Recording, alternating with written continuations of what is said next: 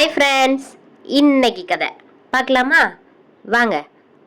அழகான ஒரு love story பார்க்கலாம் வாங்க. சென்னை நகரின் அந்திப் பொழுது. வானம் மேகமூட்டமாகி மெல்ல தூறல் போடத் தொடங்கியிருந்தது. 5 நட்சத்திர ஹோட்டலின் பால்கனியில் நின்றபடி தங்கியிருக்கும் கார்ப்பரேட் நிறுவனத்தின் விளம்பர மேலாளர் மீரா கையில் சுட சுட காஃபியுடன் வெளியே வேடிக்கை பார்த்து கொண்டிருந்தாள். அவளுக்கு வயது 28. சுதந்திரமான தைரியமான பெண். ஆனால் அவளது கண்களுக்குள் எப்போதும் ஒரு மெல்லிய ஏக்கம் ஒளிந்திருக்கும். அந்த ஏக்கம் வேறு யாருமல்ல, அவளது கல்லூரி பருவம், அவளது முதல் காதல் அர்ஜுன். 6 வருடங்களுக்கு முன்பு எந்த ஒரு தெளிவான காரணமும் இல்லாமல் அர்ஜுன் அவளது வாழ்க்கையை விட்டு திடீரென்று விலகினான். நம் இருவரின் பாதைகளும் வேறு மீரா, என்னை மறந்துவிடு என்று ஒரு ஒற்றை குறுஞ்செய்தி மட்டுமே அனுப்பிவிட்டு சென்றவன் மீண்டும் அவளுக்கு தன் முகத்தை காட்டவே இல்லை. அவன் காட்டவே இல்லை. மீரா தன் நினைவுகளில் மூழ்கி இருந்தபோது அவளது போன் அதிர்ந்தது. அவளது மேலதிகாரி பேசினார். மீரா, நம்ம புது விளம்பர திட்டத்துக்கான ஃபோட்டோகிராஃபர் வந்துட்டாரு. அவரோட ஒர்க்ஸ் எல்லாம் ஃபேண்டாஸ்டிக். நீங்கள் கன்சல்டிங் ரூமுக்கு வந்து அவரை மீட் பண்ணுங்க அப்படின்னு சொன்னார். ஓகே சார், இதோ வரேன் என்று ஃபோனை வைத்துவிட்டு தன் ஆடை வரிசையை சரி செய்து கொண்டு மீரா கன்சல்டிங் அறைக்குள் நுழைந்தாள். அங்கே ஜன்னல் அருகே நிழலாக ஒரு உருவம் நின்றிருந்தது. கையில் கேமராவுடன் வெளிப்புற மலையை படம் பிடித்து கொண்டிருந்தான் அவன். Hello hello, I am Meera, the front manager. Hello, I am Meera, the front manager என்றால் அதிகாரப்பூர்வமான குரலில். அந்த உருவம் மெதுவாக திரும்பியது. மீராவின் கையில் இருந்த ஃபைல் நழுவி கீழே விழுந்தது. எதிரே நின்றவன் யாரும் இல்லை. எதிரே நின்றவன் அர்ஜுன். அதே அடர்ந்த கண்கள், லேசான தாடி, ஆனால் முகத்தில் முதிர்ச்சியும் வார்த்தைகளில் விவரிக்க முடியாத ஒரு சோகமும் படிந்திருந்தது. மீரா, அர்ஜுனின் குரல் தழுதழுத்தது. அறைக்குள் சில நிமிடங்கள் மயான அமைதி நிலவியது. வெளியே மழை ஆக்ரோஷமாக பெய்யத் தொடங்கியது. மீரா தன் உணர்ச்சிகளை கட்டுப்படுத்தி கொண்டு நிலை குலைந்த ஃபைலை எடுத்தாள். அவளது கரங்கள் நடுங்கின. மிஸ்டர் அர்ஜுன், நாம வேலை விஷயமா பேச வந்திருக்கோம்னு நினைக்கிறேன் என்றாள் மீரா. தன் குரலில் செயற்கையான கடின வரவழைத்து கொண்டு அர்ஜுன் மெல்ல அவளை நோக்கி நகர்ந்தான். அவனது காலடிகள் மெதுவாக இருந்தன. ஆனால் ஒவ்வொரு அடியிலும் ஒரு கணம் இருந்தது. மீரா, 6 வருஷமா உன்னோட இந்த அமைதியையும் இந்த விலகலையும் தான் நான் கற்பனை பண்ணி பார்த்தேன். ஆனா நேர்ல பார்க்கும்போது என் மனசு தாங்களடி என்றான். ஆனா நேர்ல உன்னை இப்படி பார்க்கும்போது என் மனசு தாங்களடி என்றான். நிறுத்து அர்ஜுன். மீராவின் குரல் சட்டென உயர்ந்தது. நிறுத்து அர்ஜுன். அவளது கண்களில் இருந்து கண்ணீர் துளிர்த்தது. இப்ப எதுக்கு இந்த நடிப்பு? அன்னைக்கு ஒரு மெசேஜில் என்னை மறந்துடுன்னு சொல்லிட்டு போகும்போது என் மனசு என்ன பாடுபட்டிருக்குன்னு யோசிச்சியா? 6 வருஷமா நான் அனுபவிச்ச நரகத்துக்கு உன்கிட்ட என்ன பதில் இருக்கு என்று கேட்டாள் மீரா. அர்ஜுன் தன் தலையை குனிந்து கொண்டான். அவனது கண்கள் கலங்கின.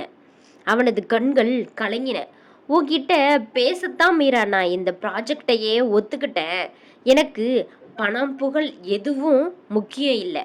உன்கிட்ட உண்மையை சொல்லணும். எனக்கு பணம் புகழ் எதுவும் முக்கியம் இல்லை. உன்கிட்ட ஒரு உண்மையை சொல்லணும்.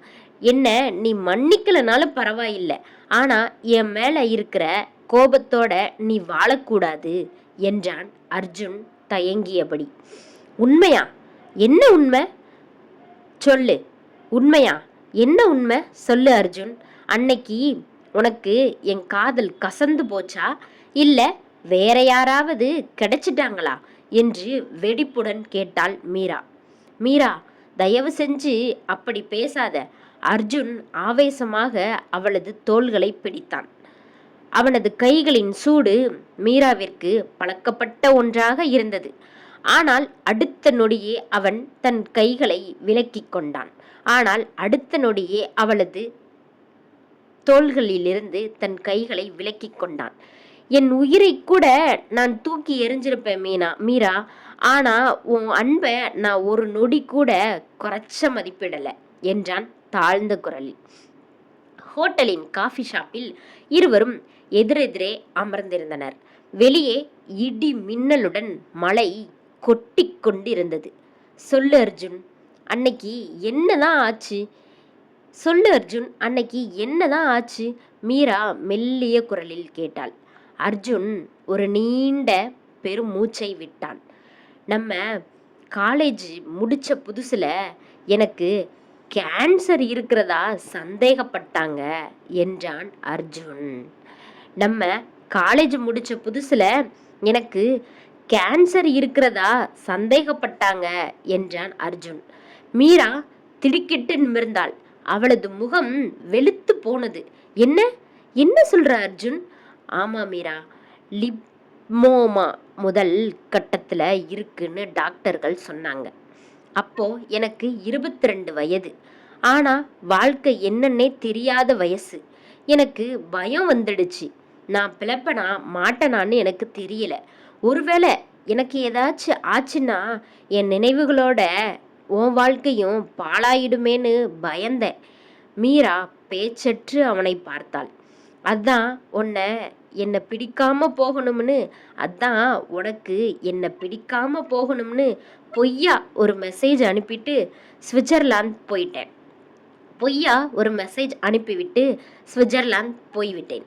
அங்கே 4 வருஷம் தொடர் சிகிச்சைகள், வலியும் வேதனைகளும் மட்டுமே நிறைந்த இரவுகள். ஆனா அந்த ஒவ்வொரு வலியோட நொடியிலும் உன் சிரிப்பும் நாம சேர்ந்து செலவழிச்ச நாட்களும் தான் என்ன வாழ வச்சது மீரா. அர்ஜுன் உணர்ச்சி வசப்பட்டு பேசினான். அப்புறம் அப்புறம் அப்புறம் என்னாச்சு? மீராவின் குரல் நடுங்கியது. 2 வருஷத்துக்கு முன்னாடி நான் பூரண குணமடைஞ்சிட்டேன். ஆனா அதுக்குள்ள உன் வாழ்க்கையில வேற யாராவது வந்திருப்பாங்களோ? நான் திரும்ப வந்து உன் அமைதிய கெடுக்க கூடாதுன்னு நினைச்சேன். ஆனா என் மனசு கேட்கல மீரா. உன்னை தூரத்துல இருந்தாது பார்க்கணும்னு விசாரிச்சப்போதான் நீ இன்னும் கல்யாணம் பண்ணிக்காம தனிமையில இருக்கன்னு தெரிஞ்சது. அர்ஜுன் தன் பையில் இருந்து ஒரு பழைய டைரியை எடுத்து மீராவின் முன் வைத்தான். இந்த 6 வருஷத்துல நான் எழுதின ஒவ்வொரு பக்கமும் உன்னை பத்தி மட்டும்தான் மீரா. உன்னை விட்டு பிரிஞ்சது நான் உன்னை நேசிச்சதுனால தானே தவிர வெறுத்ததால இல்லை என்று கூறி அர்ஜுன் அமைதியானான். மீரா அந்த டைரியை திறந்தாள். மீரா அந்த டைரியை திறந்தாள். ஒவ்வொரு பக்கத்திலும் அவளது புகைப்படங்களும் அர்ஜுனின் கையெழுத்தில் கவிதைகளும் அவன் அனுபவித்த வேதனைகளும் கண்ணீர் துளிகளாக உறைந்திருந்தன. இன்று அவன் அவன் எழுதியிருக்கிறான். அர்ஜுன் எழுதியிருக்கிறான், இன்று எனக்கு 6வது ஹெமோதெரப்பி. உடம்பெல்லாம் எரிகிறது மீனா. ஆனா உன்னோட கைகளை பிடித்து கொண்டு கடற்கரையில நடந்த நினைவுகள் என் மனசை குளிர வைக்கின்றன. என் மனசை குளிர வைக்கின்றன. நீ நலமாய் இருப்பாய் என நம்புகிறேன். மீராவால் மேற்கொண்டு படிக்க முடியவில்லை. அவளது கண்ணீர் டைரியின் பக்கங்களில் சொட்டியது. ஏன் அர்ஜுன், ஏன் என்கிட்ட சொல்லல? ஏன் அர்ஜுன் என்கிட்ட சொல்லாம விட்டுட்ட? மீரா கதறி அழுதாள். உன் கூட சேர்ந்து அந்த வழிய பகிர்ந்துக்க எனக்கு உரிமை இல்லையா? நீ இறந்து போயிருந்தா கூட உன் நினைவுகளோட நான் சந்தோஷமா வாழ்ந்திருப்பனே. என்னை ஏன் இப்படி அனாதையா தவிக்க விட்ட என்று கேட்டாள் மீரா. அர்ஜுன் எழுந்து வந்து மீராவின் அருகே மண்டியிட்டான். அவளது கரங்களை கெட்டியாக பிடித்து கொண்டான். தப்புதான் மீரா, தப்புதான். நான் பண்ணது பெரிய தப்புதான். நான் பண்ணது மிகப்பெரிய சுயநலமான தப்புதான். உன்னோட அன்போட ஆழத்தை நான் அப்போ புரிஞ்சுக்கல. என்ன மன்னிச்சிடு மீரா, தயவு செஞ்சு என்ன மன்னிச்சிடு. அர்ஜுன் குழந்தை போல அழத் தொடங்கினான். மீரா அவனை நிமிர்ந்து பார்த்தாள். 6 வருடங்களாக அவளது நெஞ்சில் உறைந்து கிடந்த கோபம், ஏக்கம், வெறுப்பு எல்லாமே அந்த ஒரு நொடியில் உருகி போயின. அவள் அர்ஜுனின் முகத்தை தன் 2 கைகளாலும் ஏந்தினாள். அவனது நெற்றியில் அரும்பியிருந்த வியர்வை துளிகளையும் கண்ணீரையும் தன் விரல்களால் துடைத்தாள். உன்னை நான் எப்போதோ மன்னிச்சிட்டேன் அர்ஜுன். உன்னை நான் எப்போதோ மன்னிச்சிட்டேன் அர்ஜுன். உன்னை தவிர வேற யாரையும் இந்த மனசுல நினைக்க கூட என்னால முடியல. நீ இல்லாத இந்த 6 வருஷமும் நான் வாழ்ந்த வாழ்க்கை வெறும் நாடகம் என்றாள். நீ இல்லாத இந்த 6 வருஷமும் நான் வாழ்ந்த வாழ்க்கை வெறும் நாடகம் என்றாள். அர்ஜுன் மெல்ல நிமிர்ந்து அவளது கண்களை பார்த்தான். அந்த கண்களில் இப்போது பயமில்லை, அளவில்லாத காதல் மட்டுமே இருந்தது. அவன் மெல்ல முன்னோக்கி நகர்ந்து மீராவை தன் மார்போடு சேர்த்து அணைத்து கொண்டான். மீராவும் அவனது கழுத்தை இறுக்கமாக கட்டிக்கொண்டு அவனது தோளில் தன் முகத்தை புதைத்து கொண்டாள். இருவரின் இதய துடிப்புகளும் ஒன்றாக சங்கமித்தன. இதய துடிப்புகளும் ஒன்றாக சங்கமித்தன. இனிமே என்னை விட்டு போவியா அர்ஜுன் என்று கேட்டாள் மீரா. இனிமே என்னை விட்டு போவியா என்று கேட்டாள். என் உயிர் என்னை விட்டு போனாலும் நான் உன்னை விட்டு போக மாட்டேன் மீரா என்றான் அர்ஜுன். இரவு வெகு நேரம் வரை இருவரும் பால்கனியில் அமர்ந்து பேசிக்கொண்டிருந்தனர். மழை மெல்ல குறைந்து தூறலாக மாறியிருந்தது. மீரா, எனக்கு இன்னமும் பயமா இருக்கு. நான் உனக்கு தகுதியானவனா? அர்ஜுன் தயங்கியபடி கேட்டான். மீரா அவனது உதடுகளில் தன் விரலை வைத்து தடுத்தாள். தகுதிங்கிறது நம்ம அந்தஸ்துல இல்ல அர்ஜுன், நாம வெளிப்படுத்துற அன்புல தான் இருக்கு. நீ எனக்காக பட்ட வேதனை போதும். இனி நாம வாழப்போற ஒவ்வொரு நொடியும் சந்தோஷமா இருக்கணும். இனிமே நம்ம வாழப்போற ஒவ்வொரு நொடியும் நாம சந்தோஷமா இருக்கணும். மீரா அவனது தோளில் சாய்ந்து கொண்டாள். அர்ஜுன் அவளது கூந்தலை மெதுவாக வருடினான். அவளது கன்னத்தில் மெல்லிய முத்தம் ஒன்றை பதித்தான். நாளைக்கு நாம நம்ம வீட்டுக்கு போறோம். எங்க அம்மா உன்னை பார்த்து 6 வருஷம் ஆச்சு. உன்னை தேடி தேடி அவங்களும் சோர்ந்துட்டாங்க என்றாள் மீரா புன்னகையுடன். கண்டிப்பா, இனிமே உன்னையும் உன் குடும்பத்தையும் விட்டு நான் எங்கேயும் போக மாட்டேன் என்றான் அர்ஜுன் தன் உறுதியான குரலில். மறுநாள் காலை, உங்களுக்கும் இதே மாதிரி லவ் இருந்தா அவங்களோட பேரை கமெண்ட் பண்ணுங்க. அப்படியே அவங்க கூட சேர்ந்துட்டீங்களா, இல்லை என்ன காரணத்துக்காக பிரிஞ்சிங்க அப்படின்றதையும் மறக்காம கமெண்ட் பண்ணுங்க. மழை முற்றிலும் ஓய்ந்து சூரியனின் தங்க கதிர்கள் வானத்தில் பரவியிருந்தன. ஜன்னல் வழியே வந்த மெல்லிய வெளிச்சம் இருவரின் முகத்திலும் பட்டது.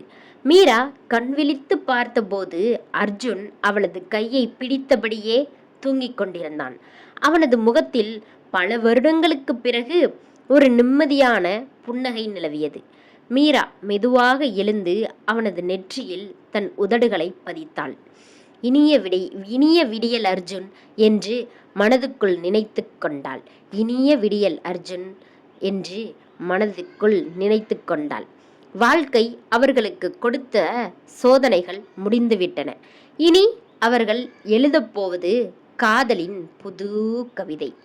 இதே மாதிரி உங்க காதலனோ அல்லது காதலியோ அவங்களோட நேமை மறக்காம கமெண்ட் பண்ணிட்டு போங்க, நானும் தெரிஞ்சுக்கிறேன். அப்படியே அவங்க கூட நீங்க சேர்ந்துட்டீங்களா, இல்லைனா எதுக்காக, என்ன காரணத்துக்காக நீங்க பிரிஞ்சிங்க, இப்பயும் அவங்கள நினைச்சிட்டு இருக்கீங்களா? அப்படின்றத கமெண்ட்ல தெரிவிச்சுட்டு போங்க. பாய். நன்றி.